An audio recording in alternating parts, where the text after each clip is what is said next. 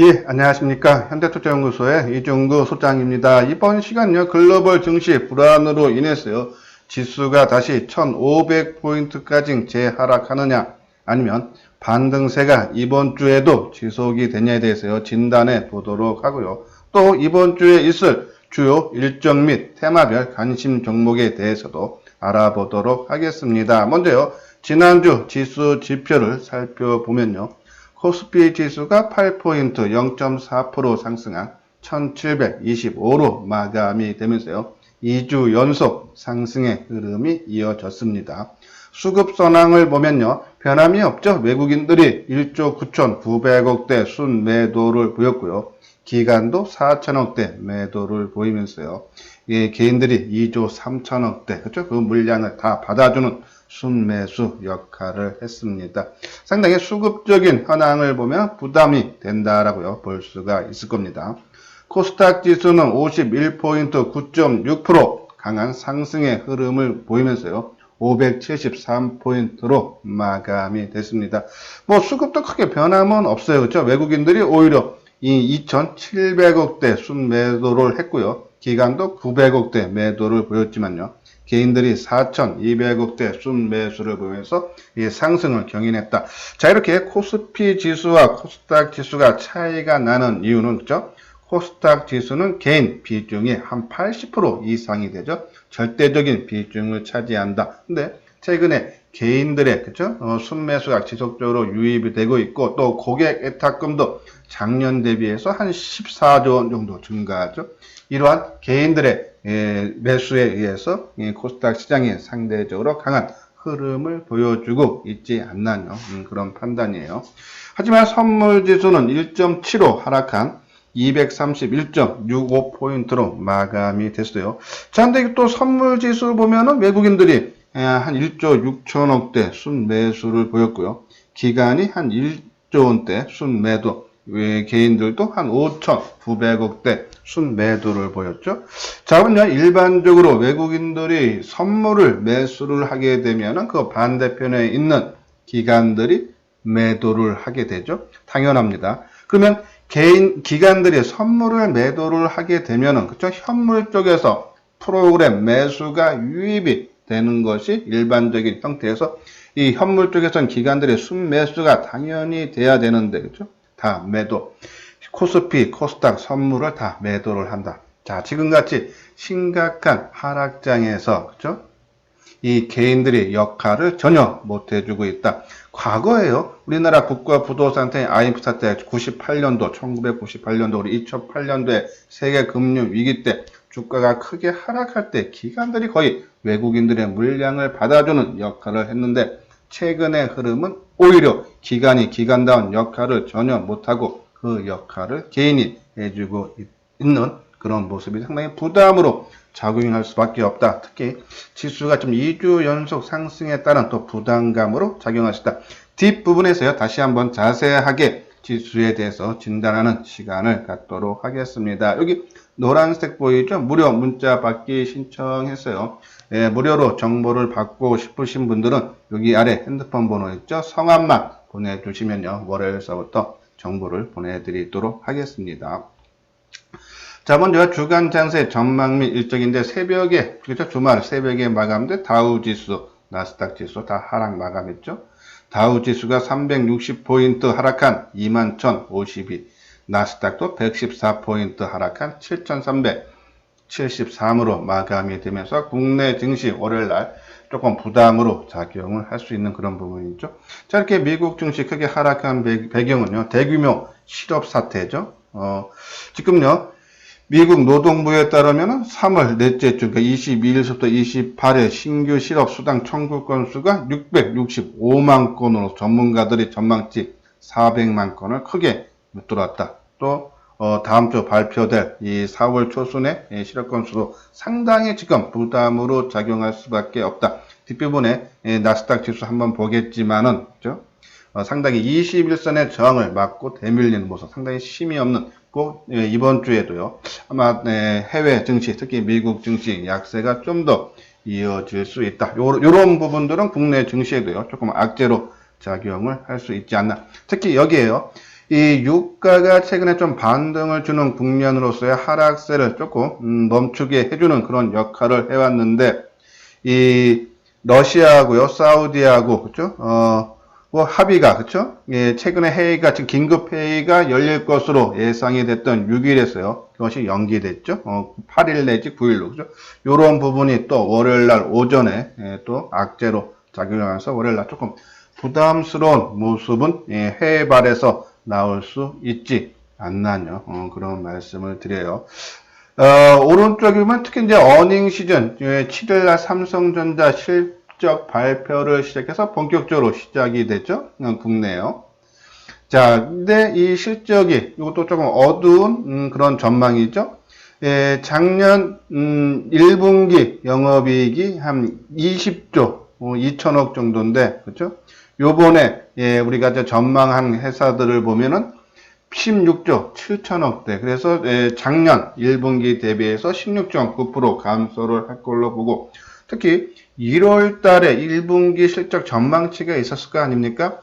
자, 그 당시에는 22조 한 800억 정도. 그죠? 그래서 작년 동기 대비 1분기 대비해서 조금 실적이 좋아질 걸로 봤는데, 그거보다도 훨씬 나빠졌다 해서 실적이 1분기에 부진할 걸로 본다. 이것도 상당히 주가에는 압박으로 다가올 수 있지 않나. 물론요, 이 실적이라는 것이 나빠지는 부분은 이미 어느 정도 주가에 반영돼서 2200대에 있던 것이 최근에 뭐 1400까지 갔다가 지금 이 1700선 내외에 머물고 있다. 그래서 어느 정도 주가에 반영됐는데, 특히 삼성전자가 7일날 발표 예정이죠.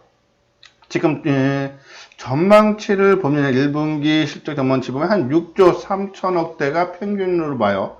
조금 가장 부정적으로 보는 데가 5조 6천억대. 자, 우리가 1월달 삼성전자 4분기 실적 발표를 한번 잘 생각해 보십시오. 우리가 전망치가 한 6조 5천원에서 6조 6천억대가 평균치였어. 좀 많이 보는 데가 6조 9천억대. 근데 실제로 발표할 때 7조 1천억대가 나오면서 증시가 많이 올라가는 역할을 해왔죠. 자, 이번에도 7일날 화요일날 삼성전자 실적이 발표됩니다. 평균치가 지금 말씀드렸듯이 6조 3천억대라고 합니다. 그래서 그거보다 더 좋게 나와서 뭐 6조 5천억대고 6조 6천억대가 나오면은 시장은 급반등, 특히 이 반도체 쪽에 매기가 크게 몰리는 힘을 발휘를 할 거고요. 만약에 6조 3천억이든지 그 이하가 나온다면요, 그죠? 또 시장을 억누르는 또 악재로 작용을 할 수밖에 없잖아요. 그래서 4월 7일 화요일날 삼성전자 주가의 움직임을 잘 보자 하는데, 저는 뭐 어느 정도 조금 약간 나쁘게 나온다 해도 크게 밀릴 가능성은 좀 크지 않나. 이미 주가에 어느 정도 반영이 됐다라는 그런 생각이에요. 특히요, 최근에 이 지수 하락으로 인해서 세계 글로벌 각국에서 그죠? 경기 고강도 부양책이 나오죠. 뭐 미국 같은 경우는 2,684조 원 규모 경기 부양책이 발표가 됐고, 독일 같은 경우에도 1,344조 규모의 이 연방의원 상원에 통과돼서 경기 부양책이, 한국도 132조 규모의 그죠? 재정 금융 지원 정책이 발표됐고, 특히요, 우리 이 금통위에서 또 화요일 9일날이죠. 목요일날 열릴 예정인데, 또 여기에서도 추가 유동성 공급 조치를 낼 가능성이 있죠. 그런 때 또 기대감도 있다라고요. 보시면 돼요. 또 9일날은 또 일이 많습니다. 그렇죠? 아까 미국의 연준의 FOMC 회의록이 발표가 되면서요, 이 추가 준비 중인 경기 부양책 준비 중인 그런 얘기들은 나올 수 있고, 또 국내에서도 금통위가 열릴 예정이고, 또 거기서 또 경기 부양책이 나올 거고, 그리고 또 죄송합니다. 9일날은 옵션 만기죠. 매달 둘째 주 목요일날이 옵션 만기예요. 3, 6, 9, 12는 선물 옵션이 다 같이 동시 만기고, 9일날은 옵션만 만기가 되죠. 근데 우리가 어저께 지난주 금요일이죠. 잠깐 방송을 통해서도 언급을 해드렸듯이 옵션 쪽에서는 외국인들이 상방으로 베팅을 해놨다 그랬어요. 이게 보면 풋옵션, 그렇죠? 매도가 2192억입니다. 엄청난 규모예요.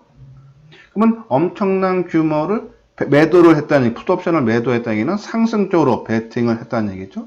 그러면은 옵션 만기가 9일이면 9일 때까지는 지수를 크게 뺄 가능성은 좀 작지 않나. 빠지더라도 덜 빠질 가능성이 있다. 우리 저희 지난주 금요일날 방송을 들으신 분들은 아시겠지만요. 우리가 이 2월 만기, 3월 만기였죠. 3월 만기 때는 거의 뭐 반망 분위기였어요. 콜옵션, 풋옵션 쪽에서. 그리고 2월 만기 때는 외국인들이요. 풋옵션 쪽에서 한 500억대 상방으로 베팅했죠. 그리고 2월 초순에 만기 때까지 지수가 상승하는 역할을 해왔듯이, 그렇죠? 요번에도요.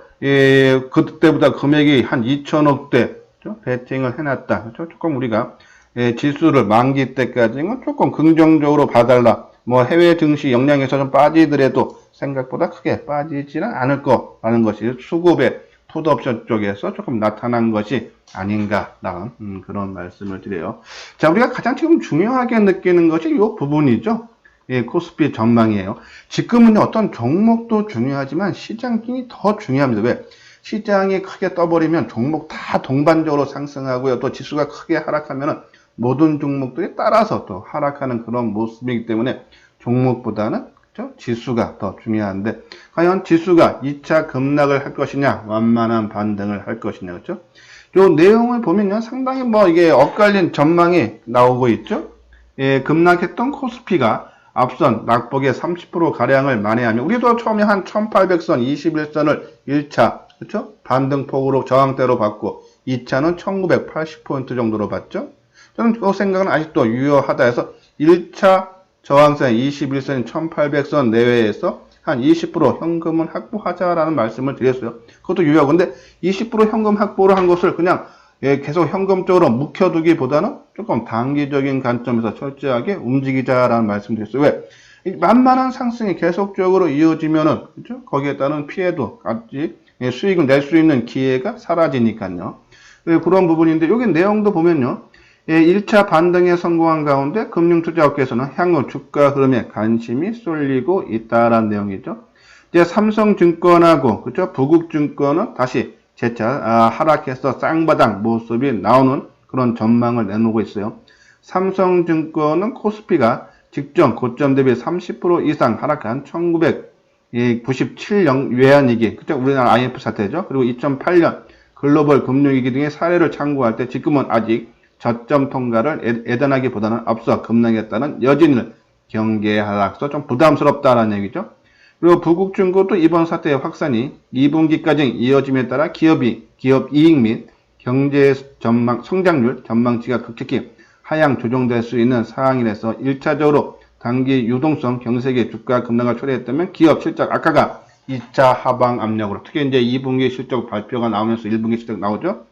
거기에 따른 부담으로 작용해서 얘네들은 삼성증권, 부국증권은 쌍바닥 비슷하게 나올 수 있다라는 내용이고요. 오른쪽을 보면 하나금융투자는 완만하게 계속적인 상승세가 이어질 수 있다. DB금융투자도 조건은 달았지만은 계속적인 상승의 흐름을 나올 수 있다라는 내용이죠. 저도 개인적으로는요, 아까 말씀드린 대로 옵션 만기 때까지는 아마 상대적으로 해외 증시가 좀 안정되면 우리는 좀 더 올라갈 거고, 해외 증시가 크게 빠진다 해도, 그렇죠? 그것을 또 방어해주는, 그래서 제한적인 하락은 나올 수 있다라는 말씀을 드려요. 그래서 그런 부분을 봤을 때 저는 아까도 말씀드렸지만은 이 1800선 내외에서 20% 현금 확보는 맞고, 그것을 묶여두고 철저하게 단기 관점으로만 접근을 해달라는 말씀을 드려요. 자, 이것이 나스닥 종합지수죠. 지금요, 이게 전형적인 약세 모습이죠. 그렇죠? 20일 이동평균선이 계속적으로 억누르고 있는 거 아닙니까? 돌파를 못해줘. 그렇죠? 자, 우리는요, 지금 20일 이동평균선은 우리나라나 미국 증시나요, 계속적으로 하방이에요. 이제는, 제가 말씀드렸죠? 한 5일 정도 남았는데, 제가 아마 목요일 방송을 통해서 말씀을 드렸을 거예요. 그래서 하루 전화했으니까 이제 한 3, 4일만 지나면은, 그렇죠? 종합지수에서 크게 하락하지 않는 한, 이렇게 다시 상승으로 전환되는데, 얘네 같은 경우는 계속적으로 하락 추세에 있어서 조금 탄력이 약화된 모습이죠. 우리 증시는, 그렇죠? 상대적으로 강한, 지금 20일 이동평균선이 현재 주가보다 낮게 있어요. 그렇죠? 그러면서 4, 5일 동안 주가가 밀리지만 않는다 그러면은 그것이 20일 이동평균선이 상방으로 틀면서 이제는 이 저항이 아니라 지지 역할을 하면서 아까 말한 이 하나금투에서 말한 완만한 상승이 지속도 될 수 있는 모습이다. 그래서 지금은 섣불리 뭐 어떠한 뭐 2차 바닥을 찍는다 아니면 완만한 상승을 하지 마시고 뭐 만에 하나 20일 쌍바닥을 찍는다는 것도 염두에 두면서 20% 현금 획보두고 단기적으로만 움직여 달라라는 그런 말씀을 드려요. 예, 그런 부분. 그러면 이제 지금 말씀드렸듯이 뭐 현금 20%를 확보해 놨고 그것을 단기적으로만 움직인다 하면 과연 그러면 어떤 종목을 우리가 좀 접근을 해야 되는지 집중하는 것은 철저하게 단기 쪽이라고 했어요. 이제 삼성증권에서 그렇죠? 이제 한 세 가지 테마로 이제 묶어서 이제 말씀을 드렸는데 먼저 성장주라는 얘기죠. 그래서 삼성전자, 삼성바이오로직스, 카카오, 그렇죠? 하이트진로, SK신을 꼽았다. 이런 종목들 성장성이 있는 강력한 성장을 유지하는 주식으로 업종별로 보면은 반도체 계속적으로 말씀을 드려도 반도체가 외국인도 순매수만 조금만 유입이 되거나 아니면 매도가 크게 감소하면 반도체도 저는 상당히 움직임이 상당히 좋게 나올 거다라는 말씀을 계속 드렸는데요. 계속적인 관심 가져야겠죠. 뭐 우리가 금요일날 방송에 통해서도 반도체, 그죠? 그리고 언택트, 다 말씀드린 이런 테마군들이 있죠. 그리고 2차 전지, 다 마찬가지가 반도체, 바이오 시밀러, 그렇죠? 인터넷 플랫폼, 그렇죠? 언택트 관련 주죠. 그러한 종목군들 관심을 갖자라는 그런 내용이고 두 번째로는 현금 흐름이 많은 종목이라는 얘기죠. 리노공업, NHN, 고려아. 저는 고려아의 모습이 상당히 좋은 모습이 한번 개인적으로 한번 관심을 가져볼 필요는 있지 않나 하는 걸 말씀드리고 다음은 이제 비대면 라이프스타일이죠. 언택트, 그쵸? 이 소비, 여가, 노동 등 모든 분야에서 비대면 원격 생활 양식이 확산된다 해서 뭐 네이버, NC 소프트, 그리고 삼성 SDS, 더존 비지온, 그리고 스튜디오 드래곤. 저는 계속적으로 스튜디오 드래곤이라든지 뭐 NHN, 그 결제주라든지, 그쵸? 그런 종목들 계속적으로 언급을 해드렸는데, 저는 스튜디오 드래곤, 뒷부분에서 한번 차트 모양 다시 보겠지만요. 지금, 금요일날 첫 하루 조정받았죠? 이틀 내지 3일, 음봉에 나와서 좀 조정을 받으면은, 뭐, 이틀, 오후장이라든지 3일 날, 오전장에서는 어느 정도 다시 한번 우리가 매수 타이밍을 노려봐야 되지 않나요? 그런 말씀드려서 그러니까 우리가 여태까지 방송을 통해서 말씀을 드렸던 그러한 종목군 향후 주도주로 떠오르고 조금 움직임이 강한 종목군들 말씀드렸는데 삼성증권에서도 그렇죠? 우리 생각과 비슷한 종목군들 그렇죠? 제시를 하는 그런 모습이네요. 그래서 제 생각이 그래도 일반적인 그런 언급과 비슷하지 않는 전망과 비슷하지 않나요? 그런 말씀을 드립니다. 자, 여기 쪽 오른쪽에 있죠? 뭐 이거는 한번 지난번에 방송을 통해서도 한번 말씀을 드린 것 같은데요. 전자결제, NHN, 한국사이버결제 그리고 이 웹캠주죠. 이제 인터넷 교육으로 이제 많이 계약을 안 하고 인터넷으로 교육을 시작한다, 계약을 시작한다는 얘기 때문에 웹캠이 뭐 웹캠 가격이 크게 올라간다죠. 거기 따른 수혜주, 나무가 그렇죠. 이런 부분 한번 우리가 살펴봐야 되는데 저는 뭐 급등한 종목보다는 항상 그런 종목들이 조정을 받을 때 좀 안정적일 때 매수 관점으로 나서야 된다라는 그런 말씀을 드려요. 자, 다음도 마찬가지죠. 침체 반등 가능성 모두 그래서 이때는요 은행, 화학, 제약주를 같이 노려볼 만하다라는 내용이에요. 이번 사태가 영향을 줄 것은 분명하지만요. 어느 정도 깊이인지는 판단하기 없다. 그러니까 기업의 실적이 어느 정도까지 영향을 미칠지 모른다는 얘기죠. 특히 이제 1분기 실적 나오고 아마 2분기 실적도 좀 부진할 걸로 나오죠. 그래서 국내 증시 체력에 비해서는 저렴하다는 것이 공통된 인식이긴 하지만 이번 사태가 가져올 파급력은 이성적인 판단을 넘어서기 때문에 조금 경계는 계속적으로 하자라는 그런 말씀을 드리는 부분이죠. 자, 이렇게 뭐 해서 쭉 그런 내용이에요. 뭐 은행주, 화학주, 제약주 왜 유가가 상승할 걸 대비해서 좀 화학주에 관심을 갖고 제약주는 치료제 그렇죠? 그런 거 아니면 진단 신약이라든지 그렇죠? 진단 키트라든지 그런 쪽에 계속적으로 관심을 갖자라는 말씀을 드리고 요거 하나는 우리가 좀 참고를 해야 되는 것이요. 지난번에 나온 거죠. 10조 7천억 규모의 증시 안정 펀드가 이제 실시가 되는데 이번 달 초순이죠.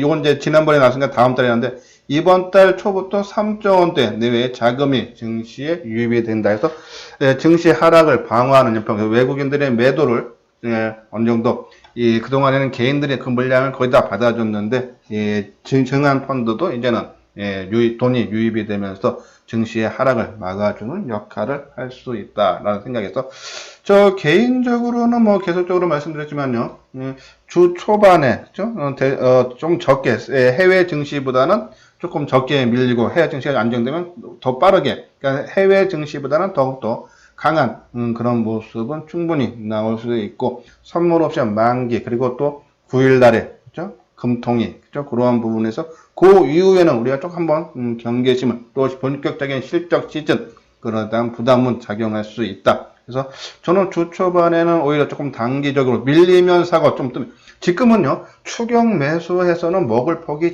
작아요. 특히 우리가 단기 매매이기 때문에 조금 싸게 사야지 치고 나올 수 있다. 따라가면은 거의 지는 게임을 할 수밖에 없다라는 생각에서 주 초반에는 조금 더 밀릴 때마다 좀 매수했다 오르면 파는 단기 매매 관점은 조금 더 계속적으로 유효하다라는 그런 말씀을 드리면서, 관심 종목은 좀 나무 기술, 그렇죠?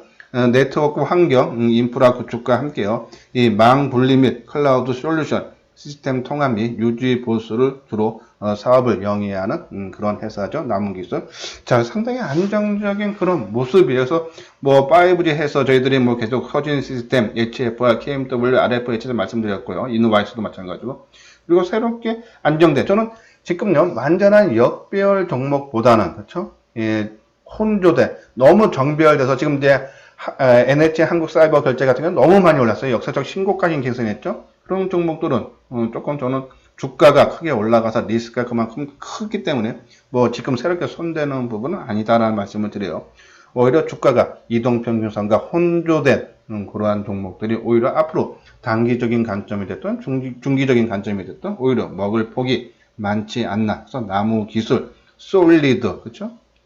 아마 이 방송을 통해서 처음 언급해 드리는 것 같은데 조금 단기적인 관점에서 그렇죠? 우리가 한번 접근을 해봐도 되지 않나. 그리고 기존의 5G 통신 장비 중에 서진 시스템, HFR, KMW, RF 인화에서는 계속적인 관심을 가져볼 필요는 있다. 지금요 시장에서 가장 이슈가 되는 것이 바이오주, 그렇죠? 아까 말씀드린 언테크 비대면 관련주, 그리고 5G 이 세 종목이 그나마 그죠? 다른 것보다는 강한 상승의 흐름을 모습을 보여주고 있고, 오히려 반대로 2차 전지, 그렇죠? 2차 전지 약한 이름이 그동안에 1, 2월 달에 주가가 크게 올라간 배경 중에 하나가 유럽의 그렇죠? 전기차 판매량 급증이죠. 연비 규제에 따라서요.